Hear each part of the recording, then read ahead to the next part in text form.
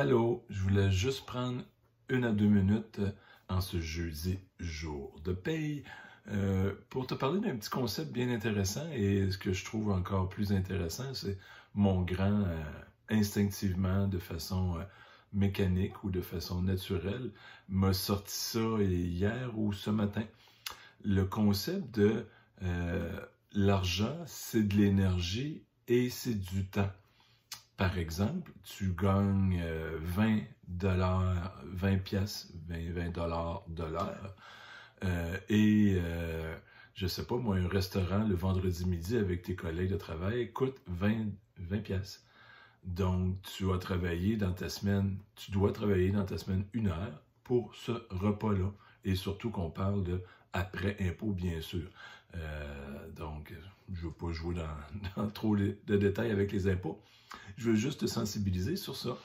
Par exemple, mon grand ce matin, il dit « Ah, mon assurance automobile va me coûter 2 heures par mois pour payer mon assurance automobile. » Donc, il y a déjà ce concept-là que le nombre de dépenses qu'il pourra faire dans le mois, dans une semaine, dans une année, est en conséquence du nombre d'heures qu'il va travailler.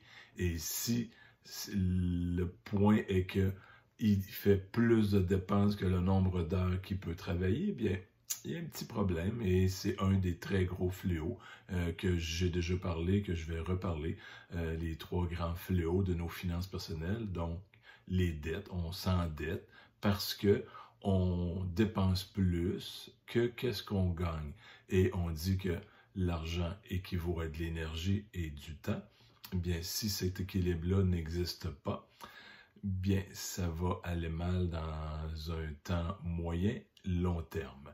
Donc, c'est une petite réflexion que je voulais t'envoyer comme ça, une petite 2 minutes, pour dire, ben, quand je décide de faire telle dépense, combien d'heures je devrais travailler ou que j'ai travaillé pour pouvoir l'acquérir et est-ce que ça vaut vraiment, exemple, 5 heures de ma vie, pouvoir acheter cette accessoire-là, cet outil-là, peu importe, ce gadget, ce cadeau-là.